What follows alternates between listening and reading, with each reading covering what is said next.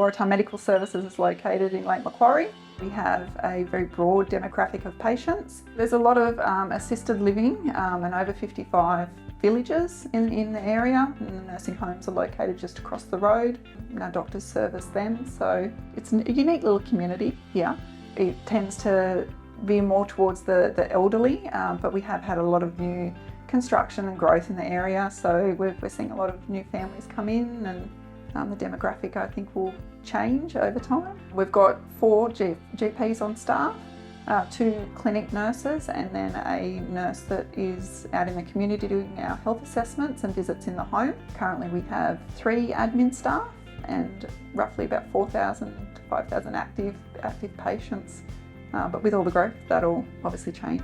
I'm the transitional nurse practitioner here at Waratah Medical in Cooranbong. One of my primary roles is in vaccination and immunisation. So I've done the Australian immunisation course to become an accredited nurse immuniser, and something I definitely recommend to other nurses in primary healthcare because it gives you a lot of insight into vaccinations, the side effects, and as well as the intervals between them that people might not consider as appropriately as they may necessarily need to. So recently we upgraded our medical software that included having integration to the Australian Immunisation Register. This enables our doctors and nurses to have real-time access to patients' immunisations that they've received and that have been uploaded to the Australian Immunisation Register, which enables us to identify what patients require, or we get a lot of requests asking when they had last lots of vaccines and things like that, so it's having that up-to-date information in the patient file makes that incredibly useful. So the most common vaccinations we do would be the influenza vaccination, as well as the pneumonia vaccination, or the pneumococcal vaccination, and the shingles shot. This is generally because we have a large geriatric population here. We're located right near a number of retirement villages and also a nursing home. So the most common question or concern we have is with regards to the adverse reactions or the side effects following vaccination. We tend to, in these situations, reassure them that the side effects are often mild and only generally last 24 to 48 hours. But otherwise, in these situations, we can just give them a lot of information and maybe some printouts as well. It's a very tight-knit community here at Cooranbong. Word travels very, very fast. So we do a post for the flu vaccines at the start of the season when we receive the vaccines on Facebook.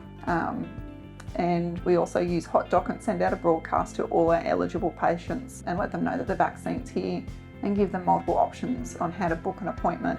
And then we run mass clinics every day of the week, mornings and afternoons, with our nurses and doctors and our medical practice assistant helping, so we get through the bulk of them quite quickly. We found the uptake this year was much lower than it has been in previous years, and we attribute this to influenza not being at the forefront of people's minds, particularly as a result of the pandemic. I think the demand for the flu vaccine did go down, especially receiving them here in clinic. A lot of patients chose to have their vaccines together with their COVID booster, and they did that at the local pharmacy. But I think, yeah, the vaccine fatigue is definitely a thing, and we did see a decrease in numbers come through. But by offering to have them done and identifying patients that haven't had them done through just standard appointments and when they're in the clinic, it's slowly increased the rate of vaccination. So oftentimes the patient will present to the GP for a consultation unrelated to vaccination or immunisation.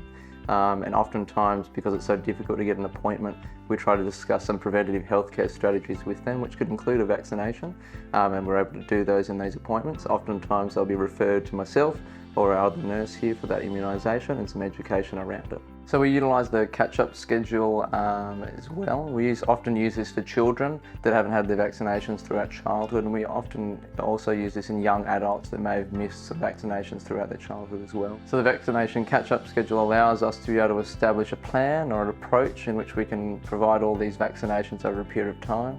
It also gives the patient a visual representation of what they need to go through to become fully immunised. It's a really nice, small, tight-knit community here in Cooranbong, and it's a lovely place to work, and it's nice to be able to give back to the community and be able to provide their vaccines and keep everyone safe and protected.